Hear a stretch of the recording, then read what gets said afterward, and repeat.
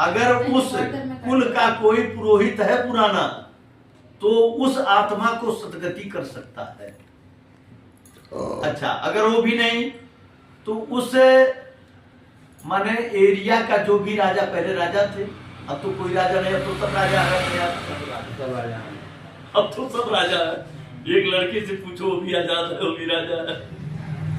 तो उस राजा का कर्म था कि उसके अगर इलाके में, उसके राज्य में कोई ऐसा व्यक्ति है जो कि उसके कुल को पानी देने के लिए, पिंडदान देने के लिए नहीं है, तो वह राजा जाकर के दे करके उसकी आत्मा को शांति करता था। और तब वो आत्मा की शांति जब मिल जाती थी तब वो जाकर के नरक द्वार से पार हो जाता था। तो अब ये कहानी, ये 7वां राजा बब्रुवाहन और प्रेत की कथा ये चालू होती है। एक प्रेत की, कैसे बब्रुवाहन जो राजा थे कैसे किए थे, ध्यान देना, बहुत बढ़िया कहानी है। सूत जी बोले, हे सौनक, हरि के वचन सुन पीपल पत्र की तरह कंपित हो प्राणियों के उपकारार्थ गरुण ने फिर केशव से पूछा। गरुण जी बोले, हे भगवान, मनुष्य प्रमाद या बुद्धि द्वारा तन प्राप्त करके नरक में न जाए, ऐसा कौन उपाय है? वह मुझको कहिए। संसार रूपी समुद्र में डूबे हुए तथा जो दीन है, पाप से जिनकी बुद्धि नष्ट हो गई है, जो विषयों से आसक्त हैं, ऐसे मनुष्य के उद्धारार्थ के माधव कोई सत्रोक्त उपाय कहिए, जिन उपायों से मनुष्य सतगति को प्राप्त हो। श्री भगवान कहते हैं, हे गरुड़, तुमने मनुष्य के हित के लिए अच्छा प्रश्न पूछा। अब तुम सावधान होकर के सुनो, सब विस्तार सहित कहता हूं। जिन पुत्र रहित और पापी पुरुषों की दुर्गति होती है, वह पूर्व में कहीं जा चुकी है। हे गरुड़, पुत्रवान पुरुष तथा धार्मिक पुरुष की दुर्गति कभी नहीं होती।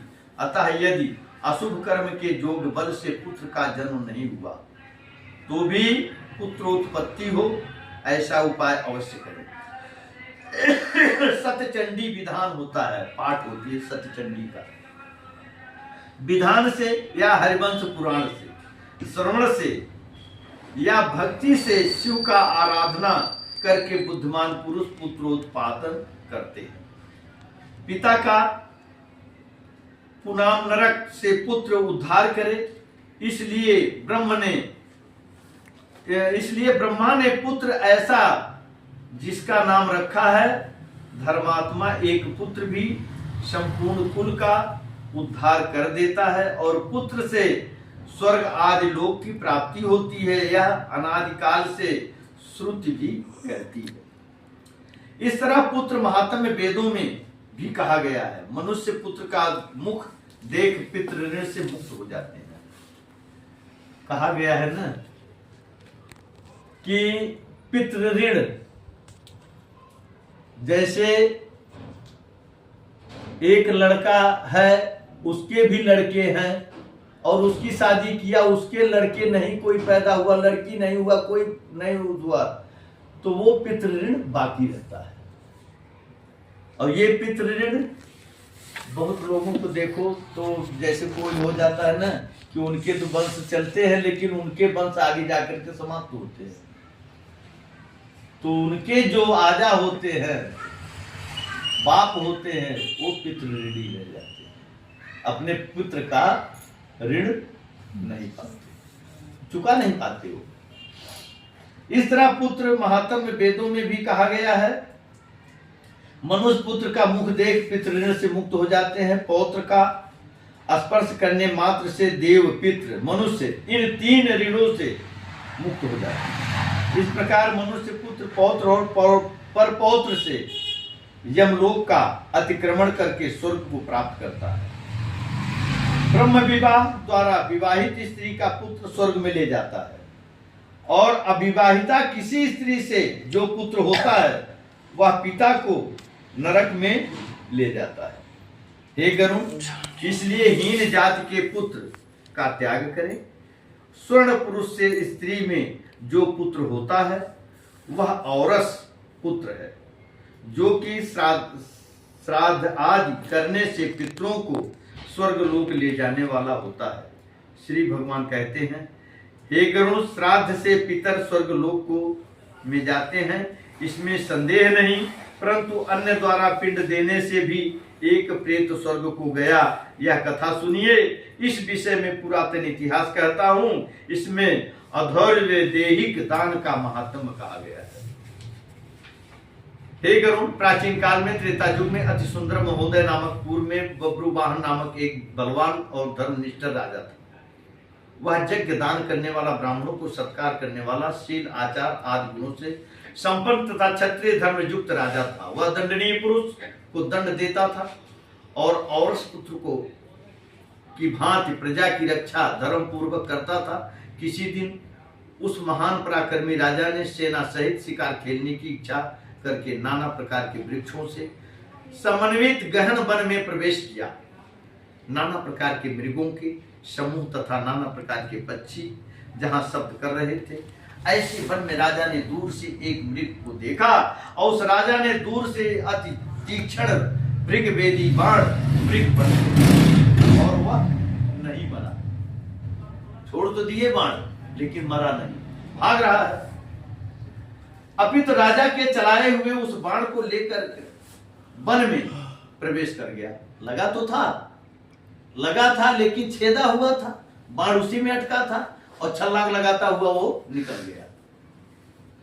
तो मरा कहां? मरा तो है नहीं। राजा ने मृग को नहीं देखा, केवल मार्ग में रुधिर गिरा हुआ दिखाई दिया।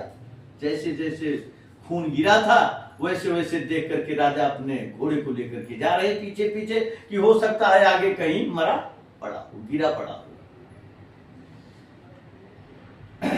केवल मार्ग में राजा ने मृग को नहीं देखा, केवल मार्ग में रुधिर गिरा हुआ दिखाई दिया।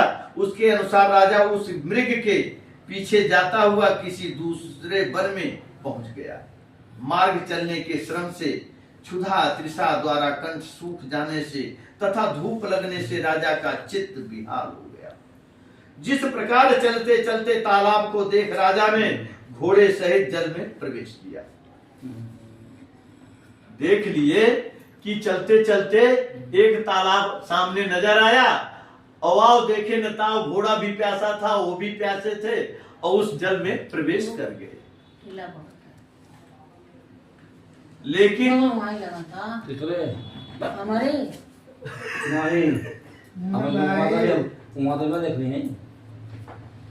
सब एक दूसरे को भाई देखो बीच में कट होता है ऐसे, नहीं कटमान करने से स्वस्थ चित्त हो गया। पानी वानी पी करके दोनों ठंडे हो गए। बट अरे थूको सही 3 दिन चाहिए था। पानी उनी पी करके घोड़ा भी और राजा भी ठंडे हो गए और ठंडे हो करके राजा ने उस समय वहां से एक बट वृक्ष को देखा और उसकी छाया को देखते ही मन को हरने वाली विस्तृत डालों से युक्त और पक्षियों के संग से शब्दायमान संपूर्ण वन की ध्वजा सदृश स्थित ऐसे वृक्ष मूल का आश्रय लेकर के वह राजा बैठ गया। छाया के तौर पे बैठ गए कि यहाँ बहुत बढ़िया पक्षियों की आवाज आ रही है, कोयलें बोल रही हैं, तोते बोल रहे हैं और उसके आवाज से सुन करके वहां अच्छा लगा और उस ठंडे पेड़ के नीचे बैठ गए। वहां राजा ने एक प्रेत को देखा।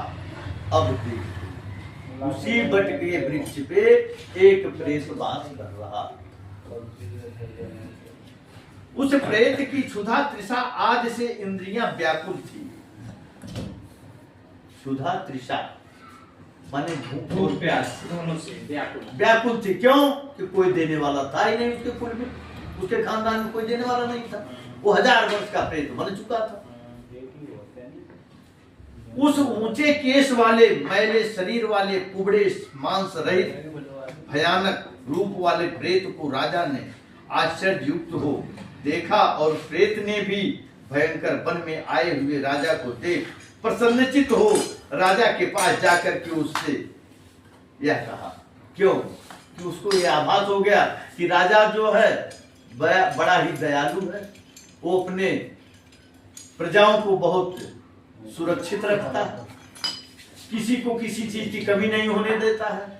इसलिए वो चीज को जान रहा था और वो डरवाने और वाने की क्या जरूरत है, वो जाकर के प्रसन्नता से उनके पास बैठ गया। तब कहा,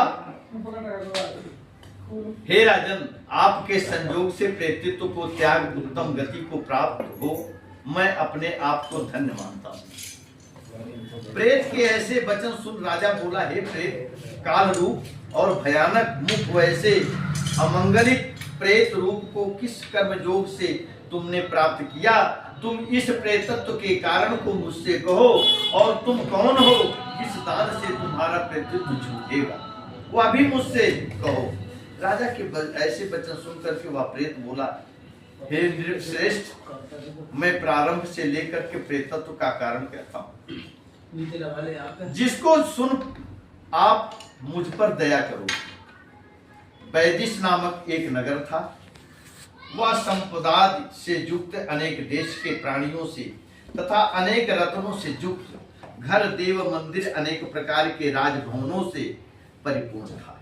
मैं उस नगर में सदा देवता का पूजन करता हुआ रहता था। मैं जाति का वैश्य था।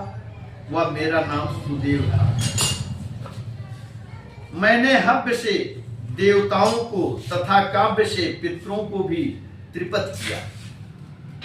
दान दो प्रकार के होते हैं, हव्य दान और काव्य दान। एक हव्य दान कहते हैं जिसको कि देवताओं के नाम से दिया जाता है, कि हम विष्णु की पूजा कर रहे हैं, हम शंकर की पूजा कर रहे हैं, हम कृष्ण की पूजा कर रहे हैं, हम जो है श्रीमद् भागवत करवा रहे हैं उसका दान दे रहे हैं, कथा वार्ता कर रहे हैं उसका दान दे रहे हैं, ये तो हव्य दान हो गया।